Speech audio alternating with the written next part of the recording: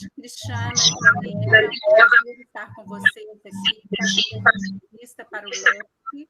E agradeço muito a disponibilidade de vocês. Gostaria de começar apresentando rapidamente cada uma e, em seguida, vocês fiquem à vontade para complementar a apresentação.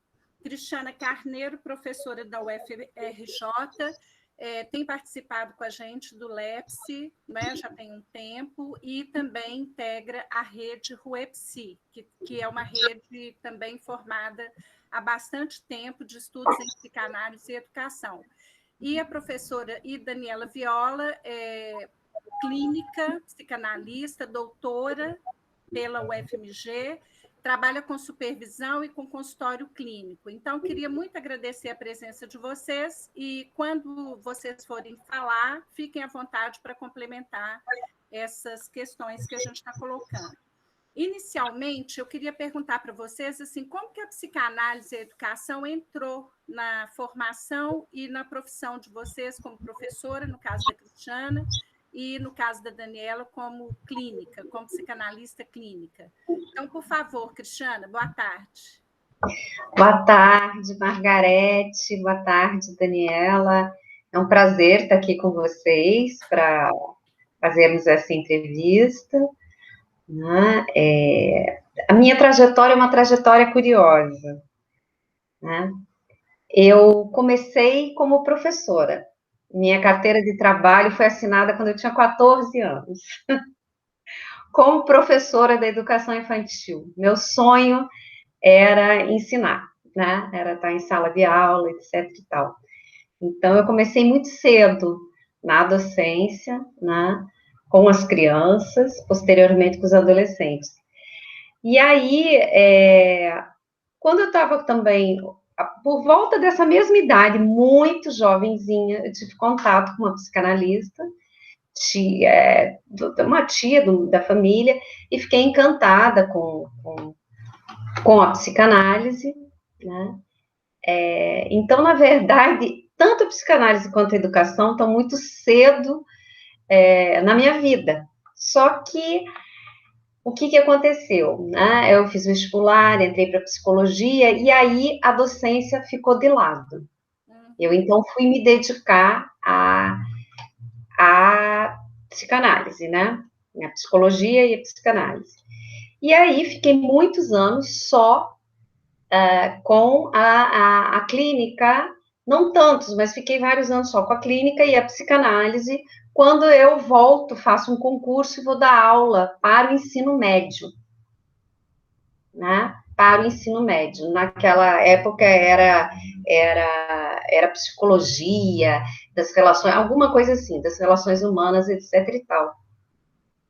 E aí, durante um bom tempo, ficou a clínica em paralelo com a docência para o ensino médio, até que eu fui, então, depois dando aula numa especialização em psicanálise, mas então elas continuaram meio separadas, não eram muito juntas, até eu entrar no concurso da UFRJ em 2009, que aí, de fato, aí digamos assim, a parceria das duas selou definitivamente, porque eu entrei para a Faculdade de Educação e como psicanalista na educação, então aí todas as pesquisas convergiram para esse diálogo.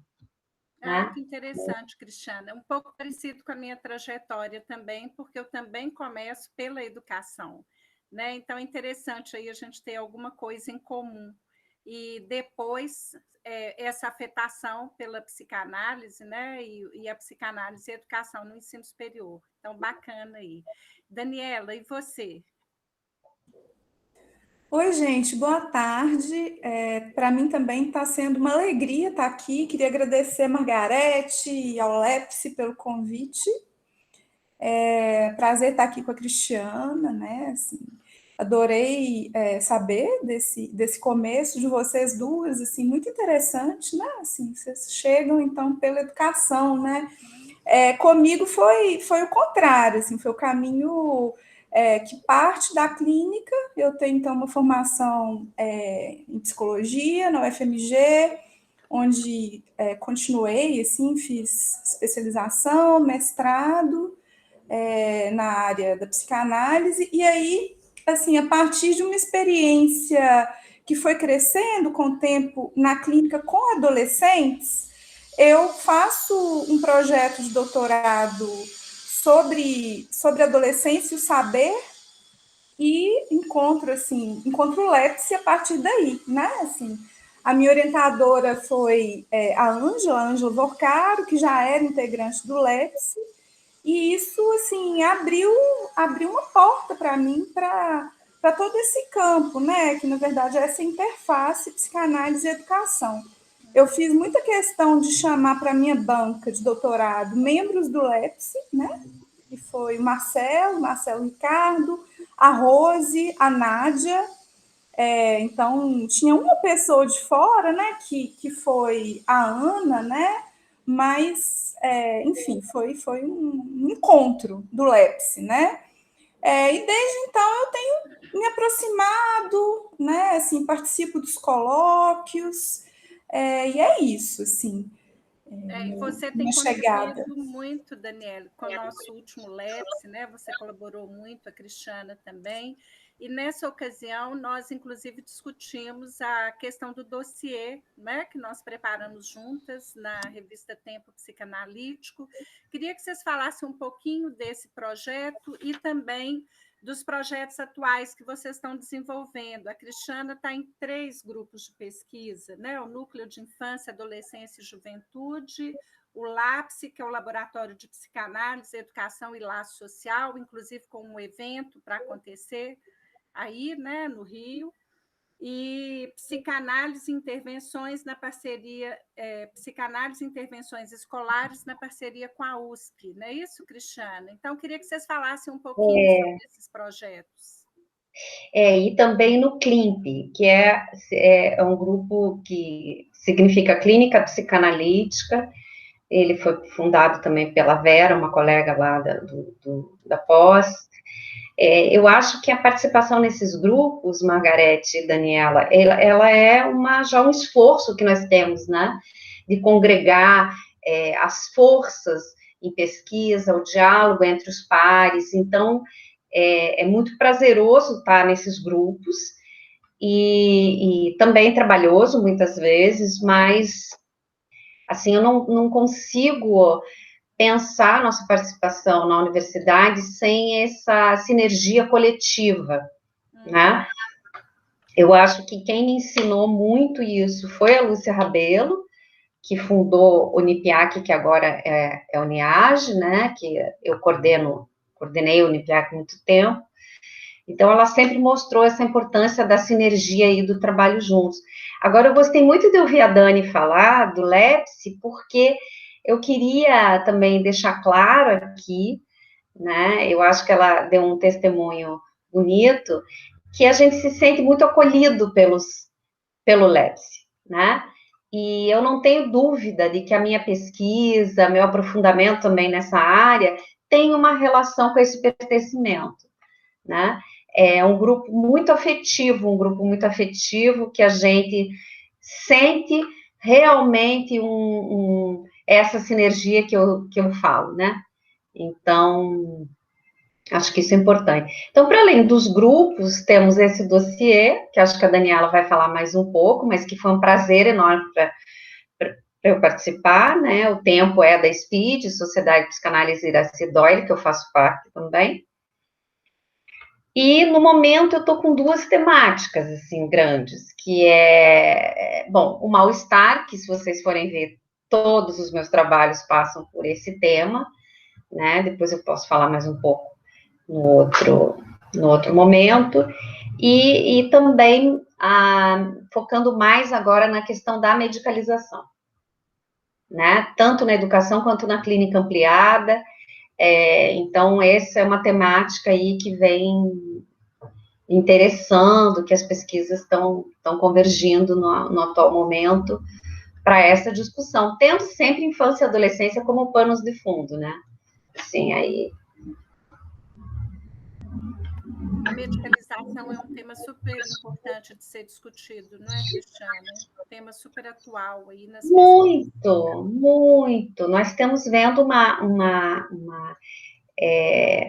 uma espécie quase de ataque, né, assim, aos discursos que vão contra, né, essa grande, digamos, patologização mais mercadológica, digamos assim, né? Então, isso daí é uma questão aí importante da psicanálise colocar eticamente diante disso, né? Nessa lógica, assim, de supressão do mal-estar, é complicado, né? A gente sabe que vai ter consequências isso. Claro. Daniela, e você podia falar para a gente um pouco, então, sobre o dossiê? Sim. Então, foi uma experiência muito prazerosa, né? Desafiadora, mas muito prazerosa fazer parte dessa organização do dossiê. Eu tenho uma história, né, com a Tempo Psicanalítico, uma história muito feliz. Eu integro a equipe editorial desde 2016 e estou concluindo o meu trabalho na Tempo agora, neste momento.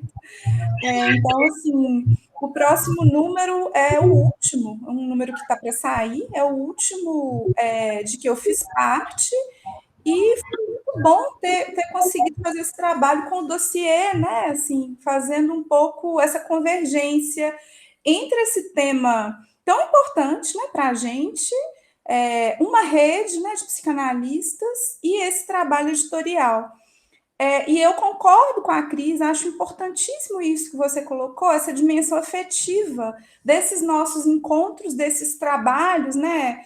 Nessa nossa grande rede, comunidade de psicanalistas, que me parece que mais do que nunca precisam sim trabalhar junto, né? Que é o que a gente tem feito. O dossiê ele está disponível no site da Tempo Psicanalítico, então eu convido assim quem não conheceu ainda, quem não leu, dá uma olhada. Eu acho que ficou muito interessante. É uma tentativa assim da gente falar assim ainda num momento muito precoce, né? Mas falar dos desafios que a pandemia nos trouxe, né? Que tem o mal-estar aí no centro, né? O sofrimento psíquico, e todas essas transformações na clínica, né? Que é um pouco já respondendo, né? Essa pergunta sobre o que eu estou fazendo no momento, eu estou imersa na clínica, assim, a demanda do trabalho clínico ela tem sido, acredito que não só para mim, para os colegas também, ela tem sido muito grande, né? E nas brechinhas, assim, a gente tenta fazer as parcerias, fazer os encontros, né? Com colegas, né? Nos grupos de pesquisa, eu continuo um pouco assim, com essa proximidade da universidade, mas assim, com o trabalho clínico ali no centro. E me parece assim que o dossiê ele expressa isso, né? Ele mostra um pouco de um trabalho que tem sido aí inventado, né? Assim, nós estamos inventando aí esse trabalho possível já com os efeitos desse acontecimento, né? E lá a gente tenta extrair um pouco ali esses efeitos no encontro da psicanálise e da educação. Então, assim, o dossiê se chama Psicanálise e Educação em Tempos de Incerteza, nome certinho aqui para vocês, e aí eu recomendo a leitura. Sim, nós recomendamos, né, como organizadores do dossiê, foi uma parceria muito profícua, né? A minha parceria com a Cristiana e com você, Dani, foi muito importante para a gente conseguir constituir esse dossiê, que foi um trabalho já na tentativa de consolidação da rede, né? É muito importante que nós estejamos trabalhando em prol da consolidação da RUEPSI, né? E com certeza o dossiê foi um importante capítulo aí desse trabalho. A gente está constituindo um relatório agora, né, de tudo que a gente fez, aí estamos também finalizando aí essa primeira gestão da RUEPSI, após Ouro Preto, né, após o LEPS Ouro Preto, e com certeza o nosso dossiê teve uma contribuição muito importante aí nesse trabalho da rede. Então, aproveito para agradecer mais uma vez publicamente a Cristiana e a Daniela Viola, né, por ter conseguido consolidar aí mais um passo da rede. E queria que Cristiano falasse, então, mais um pouco sobre o evento que está acontecendo, Cris, no Rio, né, com essa discussão do laço social, que é tão importante para nós atualmente. Isso. Então, o LAPSE é um grupo, né, recente, criado ano passado, pela Luciana Gageiro, que é minha parceira aí de longa data, e a Maria Angélica Pizeta, e que eu faço parte, entre outras colegas, a Cláudia Andrade, né, a Perla Clautal, são psicanalistas que estudam a questão da educação, e a gente tenta, então, estamos tentando fazer um núcleo mais regional, né, mais ligado ao Rio de Janeiro, especificamente na temática, né, porque os outros grupos que eu faço parte, eles não são específicos de psicanálise e educação, né, no Rio. O NIAGE é um grupo de infância e adolescência interdisciplinar, com vários campos de saber, maior, não um grupo grande. O CLIMP é específico em clínica psicanalítica, né? E agora esse novo laboratório, sim, que vai pensar, esse que tem Rinaldo, Maria Cristina, estão pensando, então, já mais também no campo da psicanálise e educação.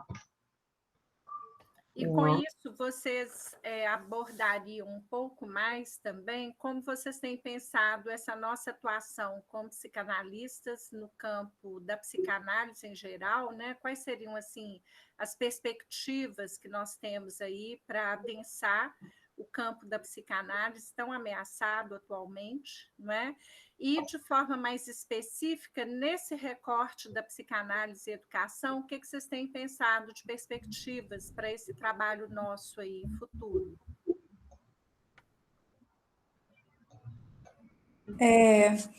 Então, Margarete, eu acho que a gente está num momento muito particular, né? Assim, com muitas novidades. De um lado, eu vejo assim, tanto uma procura pela psicanálise, né, pelo trabalho, né, pessoas assim que nunca pensaram, nunca cogitaram em fazer análise, elas estão chegando na clínica, né? E também um certo espaço que se abriu mais ainda, né? De escuta dos psicanalistas na mídia, né? Assim, me parece assim que a psicanálise está sendo convocada para dizer, tem um reconhecimento, né, de que ela tem o que dizer sobre esse momento tão difícil aí do laço social, né, que a gente está vivendo. Então, por um lado, eu vejo isso como algo positivo, né? Agora, por outro lado, assim, eu fico muito preocupada também com uma certa espetacularização da psicanálise que tem acontecido, assim, eu percebo principalmente assim nas redes, né, nas redes sociais, assim. Então, assim, de um lado tem um uso muito interessante, muito importante desses espaços virtuais pela psicanálise, né, com a pandemia.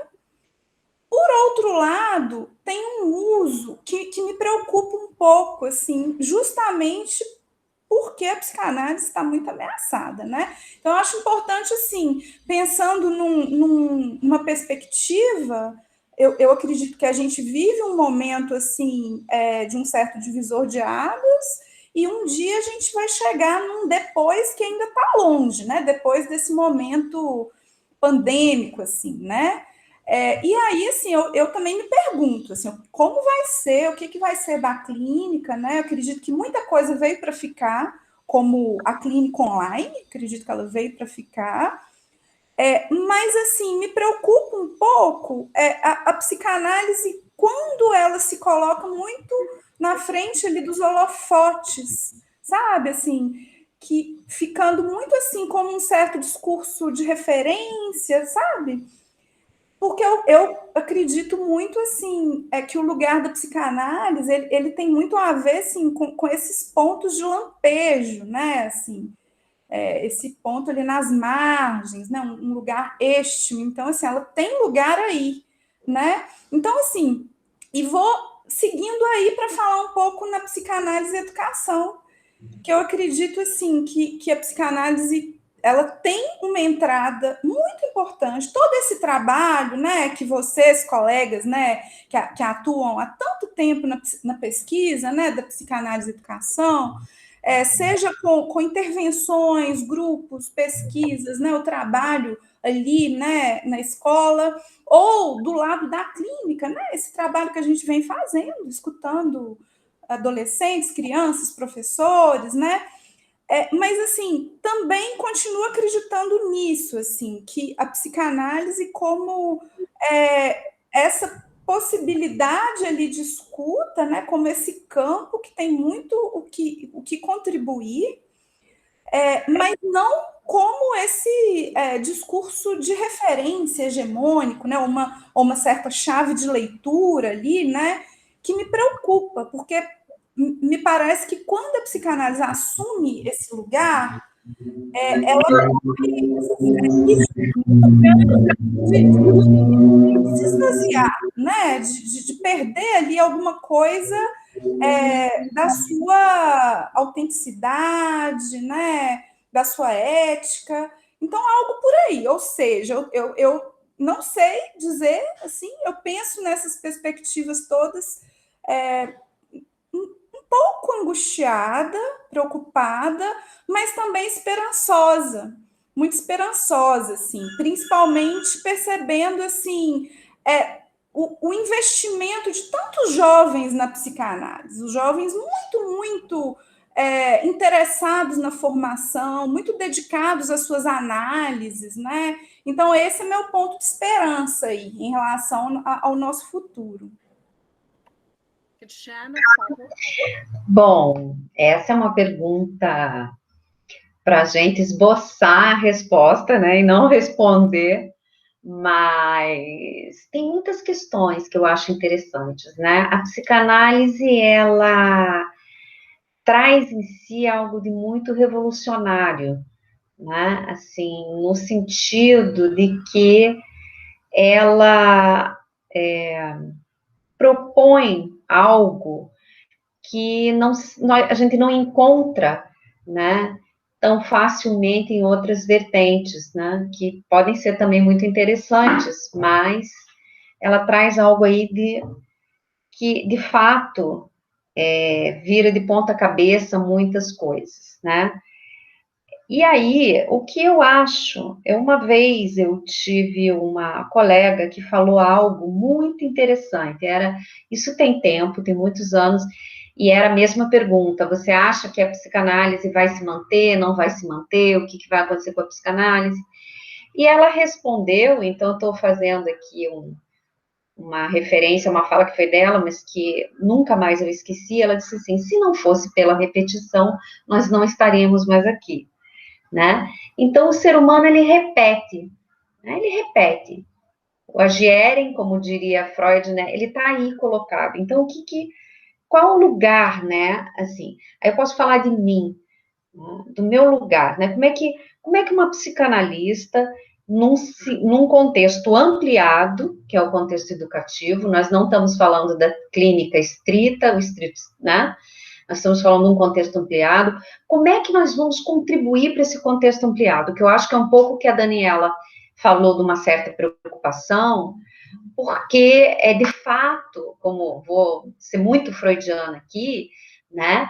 Ele fala claramente: a psicanálise não é uma Weltanschauung, né? Ela não é uma visão de mundo, ela não se presta a ser uma visão de mundo, né? Ao mesmo tempo, quando você está nesse contexto ampliado, né, que não é só entre pares ou dentro do consultório, você precisa dialogar com esses outros campos, né? Senão a psicanálise também corre o risco, digamos assim, de ficar extremamente reduzida ali apenas naquele lugar. E ela tem o que dizer, né? Ela tem o que dizer para esses outros saberes.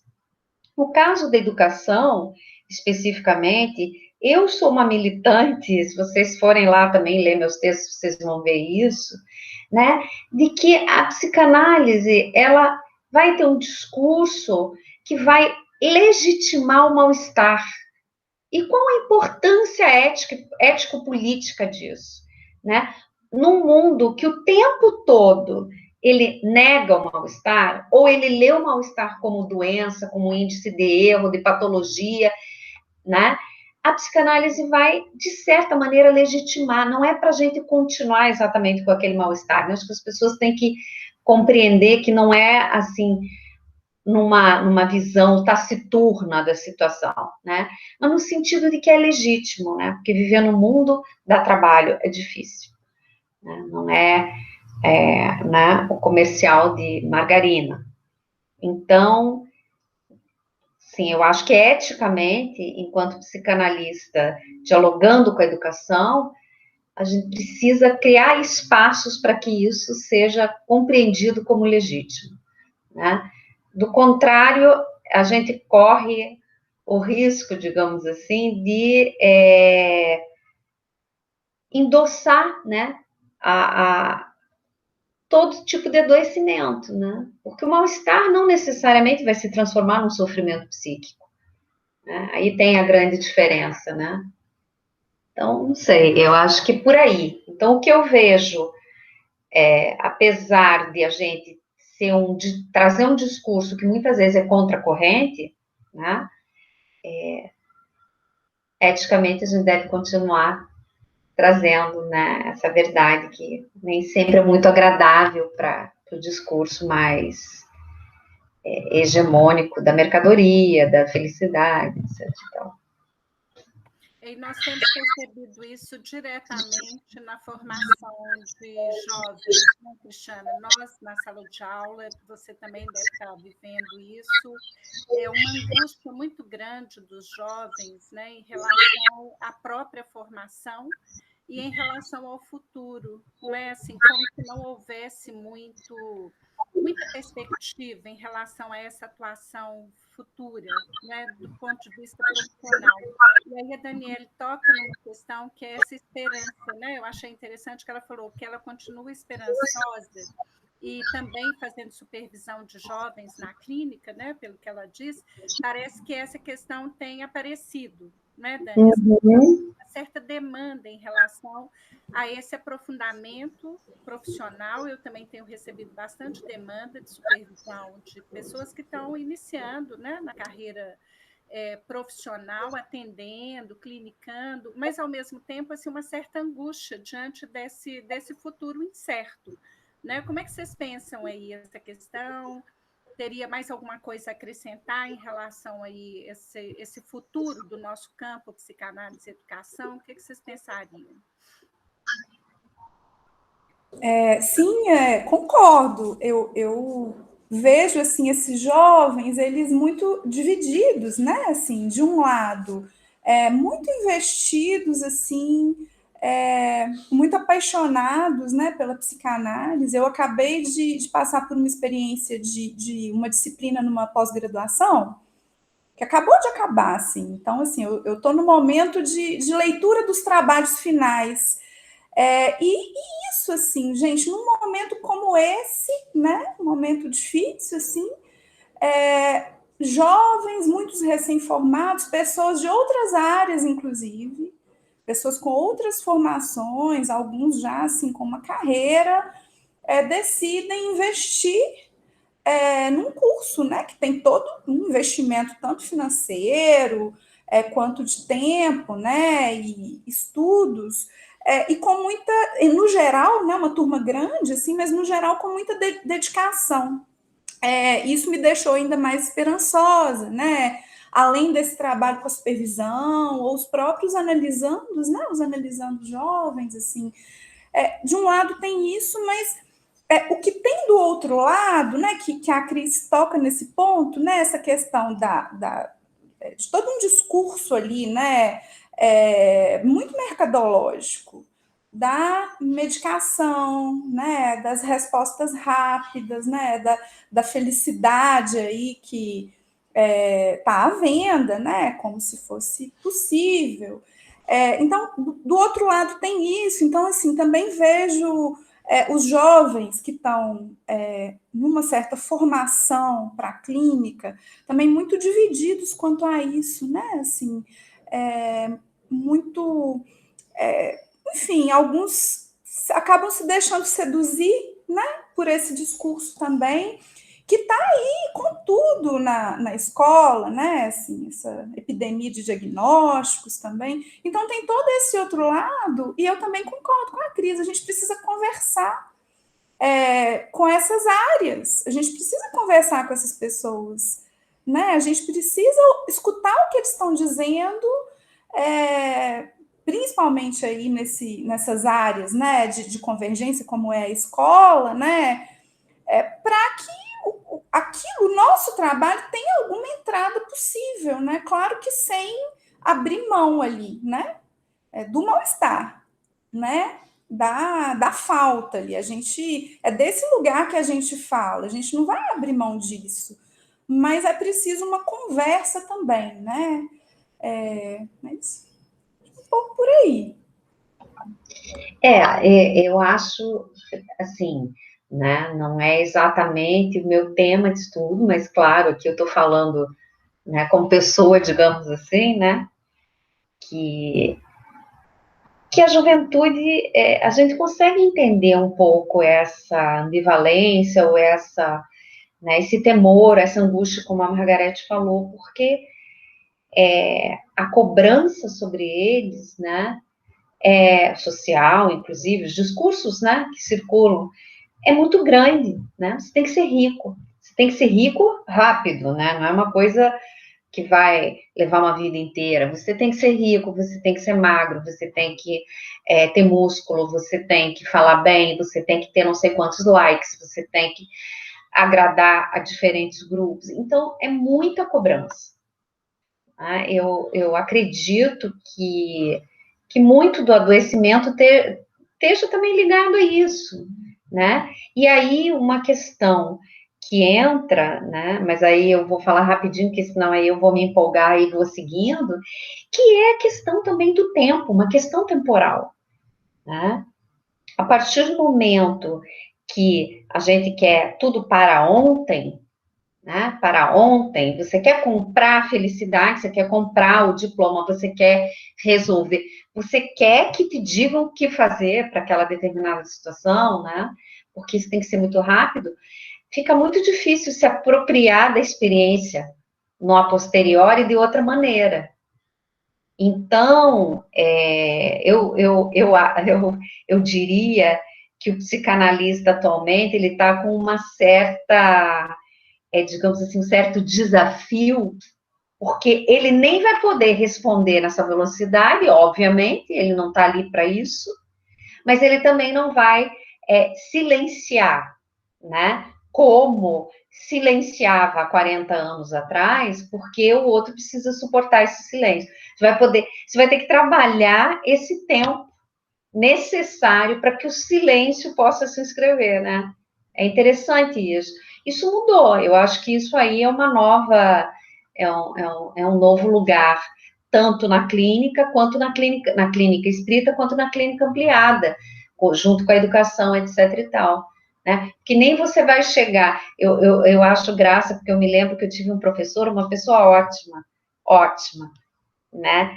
No sentido de que muita experiência, um grande psicanalista, e a gente brinca, né? Isso foi lá atrás, há muitos anos atrás, uma pós que eu fiz, e ele chegava, sentava na cadeira, né? Aquela turma com 30 alunos, e ficava em silêncio.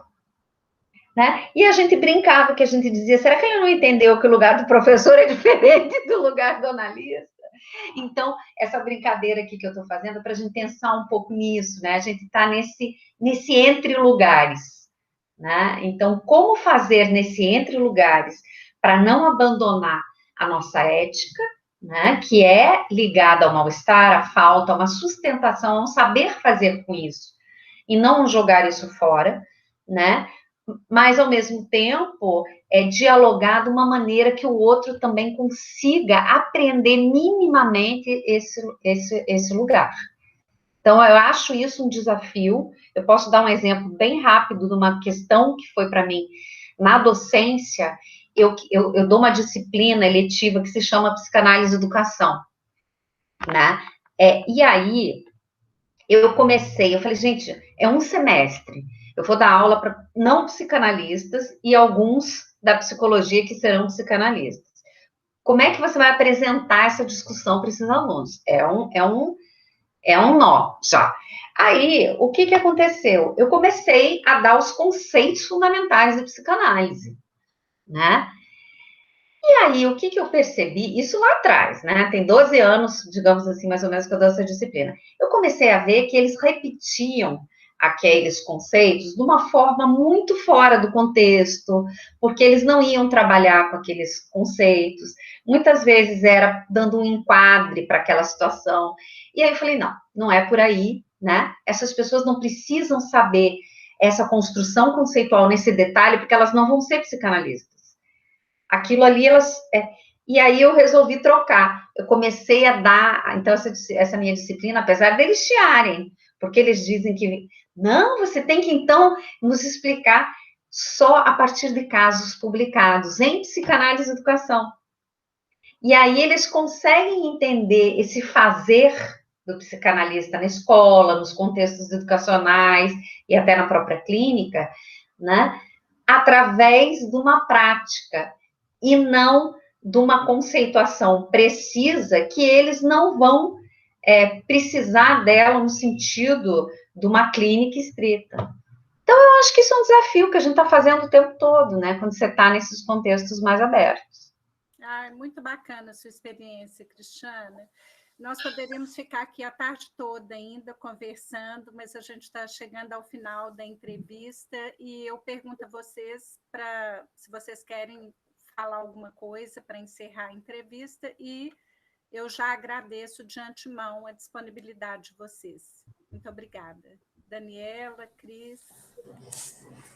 Eu só queria agradecer, assim, esse encontro aqui, né, nessa quarta-feira à tarde. Gostei muito de falar com vocês, foi um grande prazer, né?